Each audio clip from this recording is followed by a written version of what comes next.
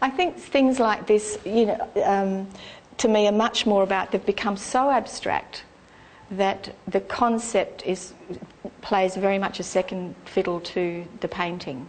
I've been painting for 20 years. I can paint in lots of different styles. I can't bear to keep painting the same thing. And so at the moment, I've got some very complicated paintings going on. I'm about to start another entanglement landscape, and I'll keep doing the big heads, so that the mixture's enough to keep me interested. That's basically what it is. I mean, some people are really happy to find a style and just go with it. I think it's really boring for me. And that's my self-portrait. I've done 2 versions of this, and the turban comes from a painting by Tamara de Lempicka called Wisdom. And the idea of me putting that same turban on my own head is like, maybe if I put this turban on, I'll be wise.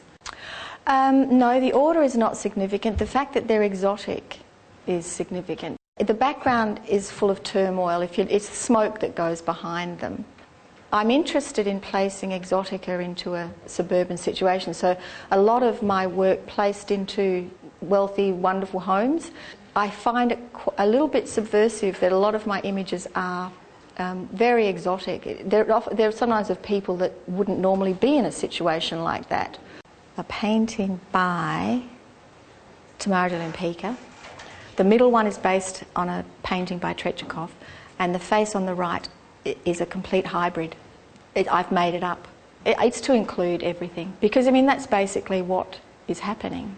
Cultures are being mixed. It's like the girl that modelled for me. She's a Tutsi princess who was born in London.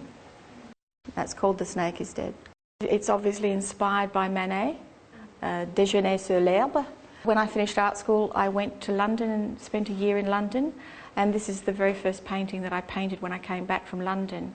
And I did a set-up so that I set that picnic up, and I went to apple orchards and photographed an apple orchard and a Stricklandy tree and, all of that. And then I montaged it, which is how I worked at the time, so I put the photographs together so that I actually knew what the painting was going to look like. This was the very first painting where I crumpled up the canvas. And I did the background to this one in Paris and finished it back in Australia. It was also when I first started working at very large. The gargoyles actually are from Notre Dame.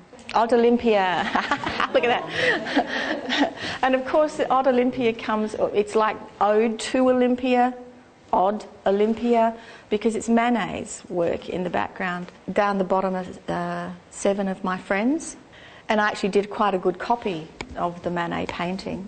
It was quite brave to just then I crumpled it up. I knew I was really brave at that point.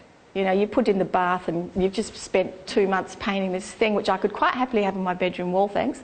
You undo it and parts of it are wet, so you've got a little bit of time to mop some things up. And then I turned it upside down and painted the curtains and the fish and the other figures. This is another entanglement landscape, inversion. Of course, inversion is about becoming, something else. And it started off just like the others. I crumpled it, I poured paint, I pulled it apart, and the first thing I painted was the figure in the centre, and everything else just kind of flowed out of that. And it's an incredibly simple painting, and they're actually done onto just fabric that I'd go and choose a fabric from a discount shop that has a little bit of nap on it, so that it'll grab paint. And I gessoed the back so that a bit of the gesso came through, but it didn't get rid of the nap altogether, so you've still got a surface to work on, and that was done to make the print. The first large head I did, and the really interesting thing about this is that I was very tired of things taking so long to paint, and I was very interested in Tretyakov, and so I just wanted to reuse some of that imagery, and I wanted to do some fast paintings. That was the second big head that I did. Of course, I'd played with them in the computer a bit, because if you actually put your paint daubs filter over the top, then it'll give you an indication of how it's going to look if you do it quick. Honestly, that was a design thing. I'd been looking through a book on Chinese gardens. If I'm not exactly stuck for ideas, but you're searching, kind of, and I'll just go into bookshops and leaf through things, and these images were amazing. And first of all, I saw the image of the flowers, and it was the way that they were presented in a flower show. So those little blue tags actually have the names of the flowers on them. But I know they were in the painting originally, but my calligraphy wasn't good enough. It looked really scrappy. So I took them out and it worked better anyway. But so originally I was attracted to the flowers. And then I put in my computer and started, zipping things around because I can do layers now.